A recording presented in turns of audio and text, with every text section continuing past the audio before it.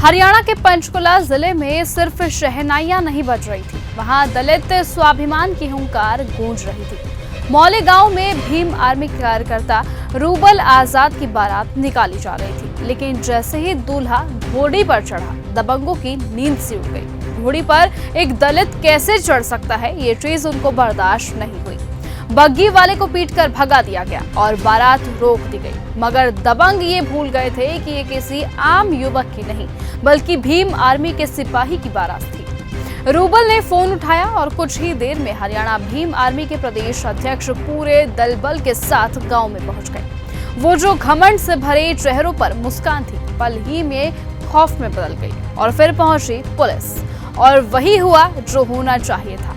लाठी बरसी, घमंड टूटा और संविधान की ताकत ने अपना असर दिखा दिया। तस्वीरों में साफ देखा गया कि किस तरीके से पत्रकार हेलमेट पहनकर रिपोर्टिंग कर रहे थे। गांव की गलियों में भगदड़ थी और पुलिस एक एक कर दबंगों को दौड़ा कर भेज रही थी। किसी को पेड़ के पीछे से निकाला गया तो किसी को घर में घुसकर मारा गया। फिर वही बारात जो रोकी गई थी, सीना ठोककर गांव की गलियों से गुजरी।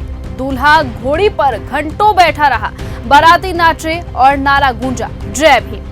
लेकिन क्या ये पहली घटना है? जी नहीं। और अफसोस की बात यही है कि शायद आखिरी भी नहीं। आजादी के 75 साल बाद भी दलितों को घोड़ी चढ़ने से रोका जाता है, बारात पर पत्थर फेंके जाते हैं और मारने तक की धमकी दी जाती है। उनकी चिताएं जाति की दीवारों में फंस जाती है। दिल्ली का वो ताजा वीडियो कौन भूल सका है, जहां एक पीड़ित ने दलित शव को जलाने से रोका गया था। ये घाट तुम्हारा नहीं है, ऐसा कहा गया था।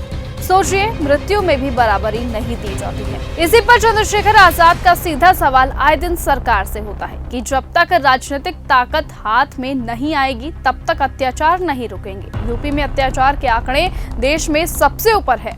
हरियाणा बदनाम पहले से ही है। गुरुग्राम के बादशाहपुर में दलित बारात पर पत्थरबाजी, मथुरा में रोक और अब पंचकुला। क्या हम वाकई आजाद हैं? ये हम सोचने पर मजबूर हो जाते हैं।